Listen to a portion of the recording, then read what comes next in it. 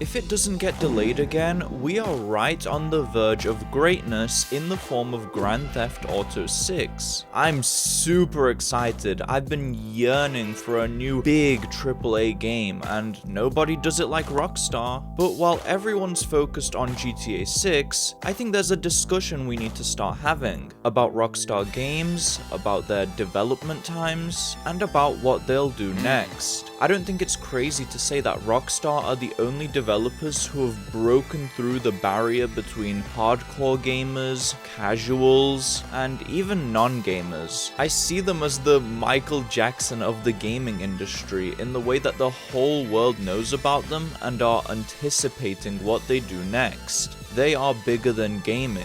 They are the leaders of entertainment, with GTA 6 most likely going to be the highest earning entertainment product of all time. GTA 6 is exciting and all, and I'm sure it's going to be amazing and ahead of its time as per usual for Rockstar, but it got me thinking recently, where will they go from there? But before we start looking ahead, I think it's worth taking a step back and remembering what Rockstar used to be like. Doing so may allow us to better understand the direction they've been heading in for a while now. In Rockstar's early days, the company operated very differently to how we know it now. Rockstar was made up of loads of small studios, in a way that Rockstar Games wasn't really a thing. I like to think of it more like a record label, with all its artists having creative control over their own projects. Due to this, you could never really expect what Rockstar would put out. All these smaller sub-studios would have their own specialties, visions, and goals, meaning we'd go from getting something like the Warriors game, an adaptation of a cult classic film, to the Manhunt games, which would have you playing as morally evil people slaughtering others. Kind of like what I used to do back in the 70s. Then you had Midnight Club, which was just pure arcade street racing fun.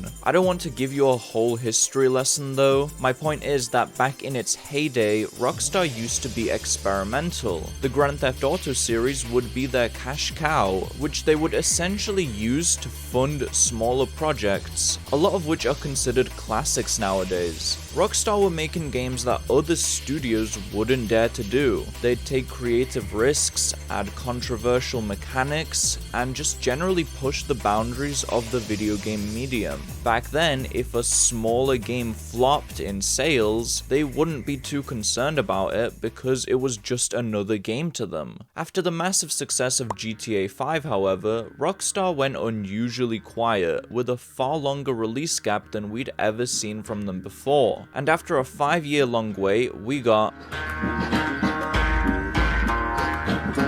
You can call it overrated, you can say it's slow and boring, but you cannot deny the impact that Red Dead Redemption 2 had on players and on the industry. Rockstar have always been ahead of the curve in terms of visuals and details, but this game was easily the biggest example of that. It's 2026 now, and I don't think it's at all crazy to say that RDR2 still looks like it's from this gen. I saw an article the other day stating that people are still finding new secrets for it, which is just nuts because not only did it come out a long time ago now, it's also one of the best-selling games of all time. Everyone and their abuela have played it. My point is, with the enormous success of Red Dead 2, the Rockstar games we knew before died. This game was living proof that big budget hyper-realism can work. I know there are people with the belief that high fidelity is a waste of time and resources, and while I don't disagree to some extent, sometimes you want a photorealistic game to immerse yourself into. A 2D pixel platformer won't do that for you, no matter how much you cope. If you want the ultimate immersion, you have to see the game as real. Red Dead 2 set a new internal standard for Rockstar. They've now dropped their magnum opus and let the world know what they're truly capable of. The consequences of this is that those smaller experimental projects they used to work on do not belong in their company anymore. Imagine you're Rockstar. People are eagerly anticipating what you'll announce to be your next release. The whole world is watching your every move. Do you think you could announce a new arcadey midnight club after a game like Red Dead Redemption 2? From now on, till forever, every project they make must justify years and years of development. Each mechanic needs to be immersive, the graphics need to be the highest end possible, and ahead of its time for years to come. They're not making video games anymore. These are cultural moments. They're effectively representing the entire gaming medium to people who aren't into games. There is a trade-off for Rockstar becoming the face of single-player gaming, and it's that they cannot release games like they used to. They have the money and staff to do it. If they wanted to, they could easily form a small team to work on something like a new Manhunt, but they don't because it would tarnish the image they've built to an extent. And listen, this is in no way, shape, or form me hating on Rockstar. Of course, I wish they'd release games like they used to back in the 2000s, but they found a new place in the industry.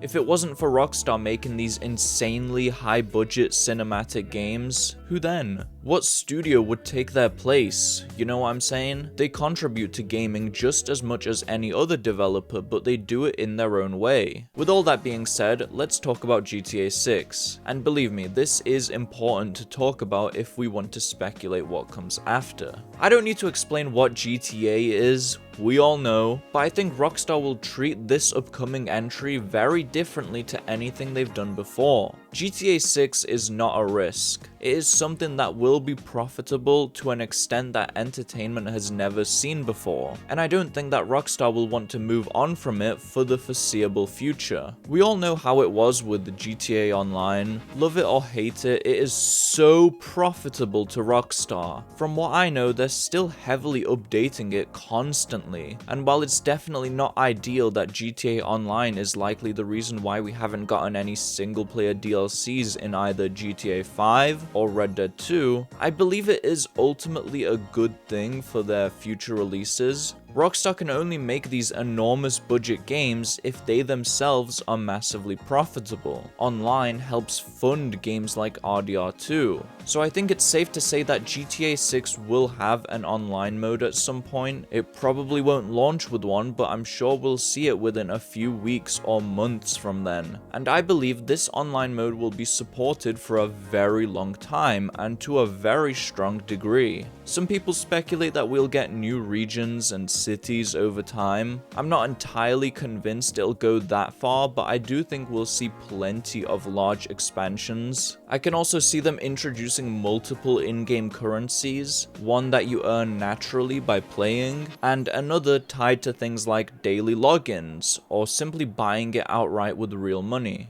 GTA Online is already pretty egregious with how grindy it is, and how badly its economy is in the gutter. I'm almost certain GTA 6 Online will be the same way, but at the very least, I hope less of the actual gameplay is locked behind a paywall. Online has so many properties and unique missions that you literally don't have access to if you're someone like me who hops on every blue moon to casually play with friends. So with the release of GTA 6 Online, Rockstar will have little to no incentive to rush into any other projects for a while, I reckon. But in 8 to 12 years time, what could come next? Let's talk about it. The obvious assumption is a Red Dead Redemption 3.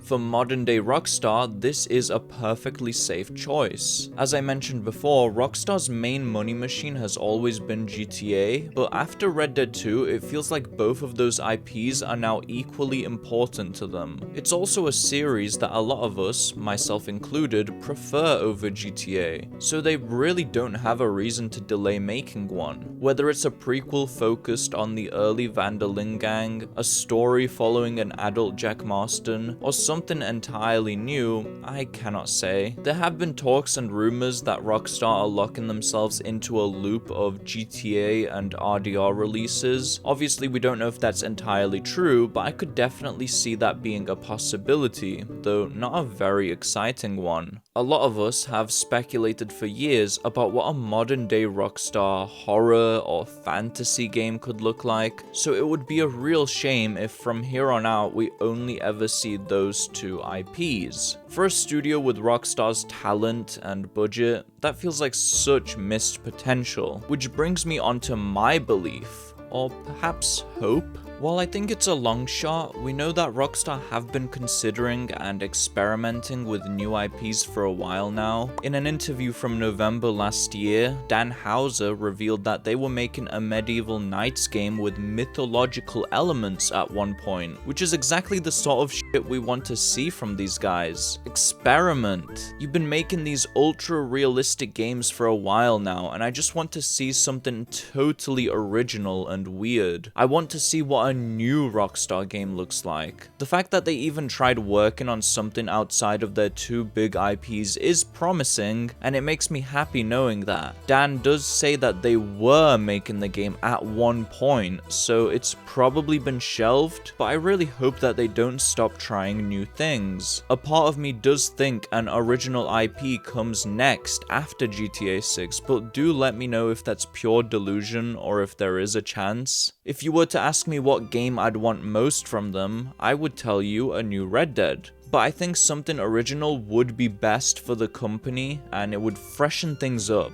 Getting stuck in that loop of comfort would maximize profitability, but I fear it would also eventually limit their creativity. There are so many possibilities with the stories you can write for both of these series, but they're both set in fairly grounded, realistic locations and time periods. So if this rumored loop turns out to be true, eventually they will just hit a wall. Now, if you added a mythological IP into the equation, you now have 3 franchises, all different and targeting various player bases, and it opens up far more room for new stories and gameplay ideas. Rockstar have been criticized for reusing the same gameplay for decades, and something medieval or just less grounded and more strange would give them the ability to experiment with new combat systems, loops, and general ideas. I usually run some polls relating to upcoming videos I'm working on, and this time I asked you what you think is most likely Rockstar's next game. I got a few comments mentioning Midnight Club, Manhunt. The majority believe that Red Dead is understandably next, but there is one other IP which I very much believe has a chance of returning. Bully is a very special game.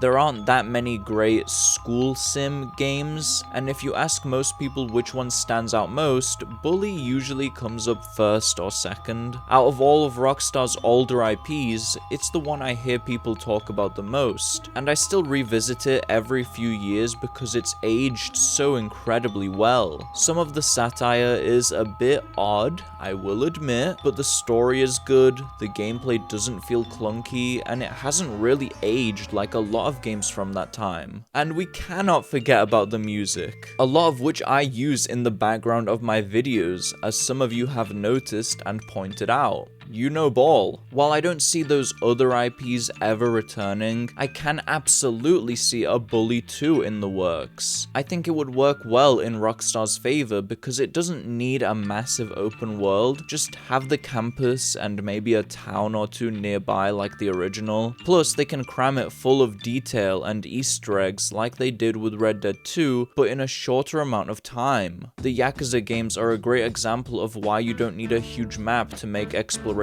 interesting. Limiting the player to a smaller space and just focusing on making that space as detailed and interesting as possible can prove to be just as effective, if not more, than having a ginormous open world with a lot of empty space. Bully 2 would be a pretty experimental game, just like the original, but it's not risky because, for one, it has a big fan base already, and 2, it's very much a Rockstar formula type of game. Imagine a Bully sequel with good melee combat, mandatory lessons, greet and antagonize options like RDR2. I feel like they dabbled with social mechanics in the original, but never fully dedicated. This could be their chance. But even though a Bully sequel would be a smaller game, I wouldn't expect it anytime soon. Rockstar will use as much time as they can, and even if a project is technically finished early, they will absolutely spend years polishing it and adding detail. I don't think we should expect Rockstar to release release games quickly ever again. That just isn't who they are anymore. That's why I really like what CD Projekt Red are doing, working on Cyberpunk and The Witcher at the same time, and potentially reusing assets to keep the momentum going and feeding us with new games. Development times are starting to feel a bit absurd. I don't want developers to rush and have a repeat of Cyberpunk's launch, but if a AAA studio is taking close to a decade to release a game,